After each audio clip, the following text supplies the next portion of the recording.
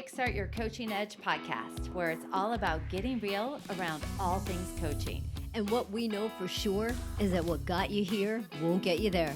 You can't see the spinach in your own teeth. And finally, hang on, because this one's really deep. Once you realize that you are the traffic, everything makes complete and unadulterated sense.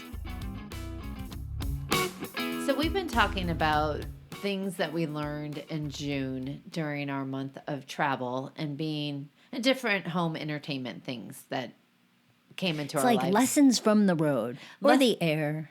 Yes, I love it. So we had a twofer on J-Lo, right? So we already talked about that we saw the documentary Sheryl Crow, and I was speaking with a group of women to say it was so amazing. It was such a good documentary. I loved it. And somebody says you have to watch Halftime, which is all about Jennifer Lopez. So we actually did that night. And then from there, it was, when was it? 2020. It was actually before pandemic that it followed J-Lo around for the halftime show. And For the Super Bowl. Thank you for the Super Bowl. And also, it was when her movie Hustlers came out. So then after watching the documentary, which we thought was really good, then we immediately watched Hustlers. And we found this great quote from Hustlers that we want to share. It was great because it's a great movie, and J-Lo's behind the whole thing about making the movie happen.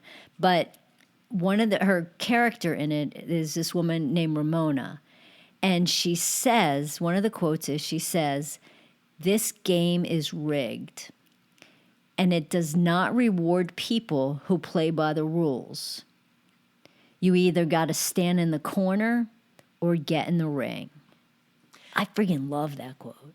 Yeah, it's good, right? There's so many good parts of it. It's about being involved or being on the sidelines. But what I love about it is this game is rigged. Say the next part, Kara. And it does not reward people who play by the rules. You either get to stand in the corner or get in the ring.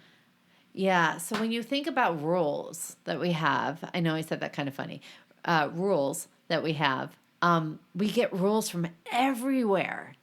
From society, from our parents, from our friends, from where we grow up.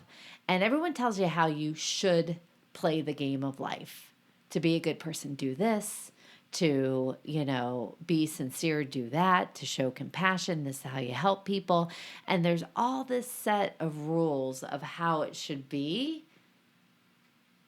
But then if you follow all those rules, you're not even living your own life. Oh God, no, I suck at following rules. And I kind of like that I suck at following rules, because that's where I kind of feel like I get to do things my way, because I'm not playing by somebody else's rules. I don't play by my rules. Yeah. And it's about evaluating, what rules do you have in your life, self-imposed, you determine, you go based on that. Or are they from other people that tell you how life should be? Yeah, you get to decide whether or not you're going to listen to that.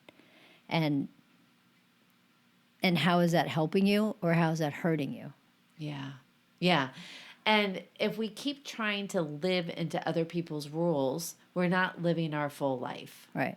Which, I'll be honest with you, it feels really good for me, because I don't. I know. I'm totally going to put you on the spot here, Kara. What is one rule you grew up with, somehow, created by someone, it doesn't even matter where it came from, that you were just like, nope, not doing it? Jen, I don't know if it's a rule that I grew up with, but I just always felt like nobody was going to tell me what I could do or what I couldn't do. And I'll go back to the cop thing, right? There weren't a lot of women cops back when I got hired as a cop.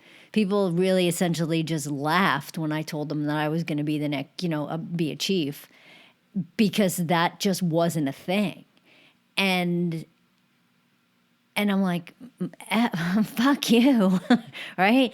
I'm going to be whatever I want to be. And there's no reason why I couldn't. So I wasn't going to put anybody else's beliefs that they had dictate how I was going to show up and do my career. That just was never going to happen. So I don't know if there was ever rules that I was like, okay, I'm going to purposely not follow this, or I'm going to follow this. Like, that just wasn't, rules was never a good thing for me, because I was always pushing the envelope, like, and always pushing things to the edge. And can I do this? Can I do that? And then I would just do shit my way. Yeah.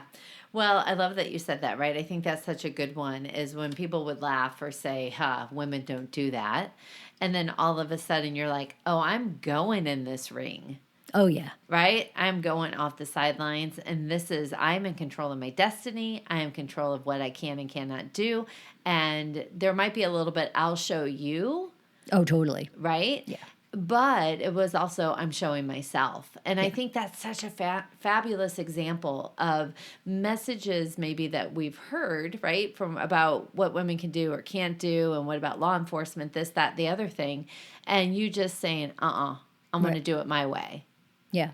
And it works for me, because I know it's it's a cliche kind of quote, but I would absolutely rather apologize than ask for permission. Yeah. Yeah. So for people listening, it's, what are the rules you are following that aren't working for you? Ask yourself, where did they come from? Who put that idea in my head? Why do I believe this to be true?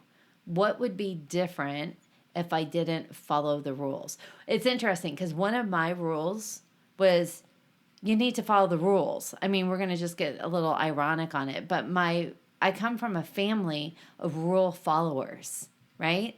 And I'll just say my mom, right? So she is very much, this is right, this is wrong, this is the rule, follow the rule. Even if the rule doesn't make sense, because it's a rule, you should follow it. And there's times that she's laxed on it, but I'm going to say she's been a very big role model of someone to follow the rules. And I find, even so much as this, crossing at a crosswalk when there is no traffic at all. Right? So Karen and I'll be walking, and she's like, let's go. Let's shoot. Let's shoot the lanes, right? Let's just shoot the lanes. We don't really talk like that. But, let's go across the street. And I'm like, we have to go up to the crosswalk. And what would happen? Karen would run across the street. I go up to the crosswalk. I wait for the hand. And then I realized how much my life was controlled by rules that did not matter. Right? So it's very interesting. My own relationship with rules, I've been trying to live outside the box, not be so rigid, not be so black and white thinking, not so much that you have to follow a rule. And Karen will catch me many times defaulting, but I love that. So one of the things, really interestingly enough, was when we had we hired with somebody to work for us, and we had, as part of our application process, one of the questions was, is it okay to break the rules? And Jen and I had a conversation about, is it okay to break the rules? And it was funny, because we had a rule conversation, and I'm like, I don't want somebody working for us that is always going to follow the rules. So interestingly enough, if somebody answered that question where it was not okay to break the rules, we completely eliminated them right then off the bat from the application process. Yeah, it's good. Yep. It's good. So where is it that you want to start to get into the ring, and how do you create your own rules to be able to do it? Game on.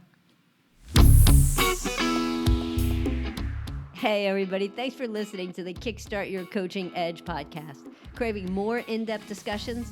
Check out the Get Real Inner Circle with our no BS in-crowd of coaches. Join live coaching discussions, breakdowns of coaching calls, and have some fun while you're at it. You're going to want to go to kickstartyouredge.com/inner circle.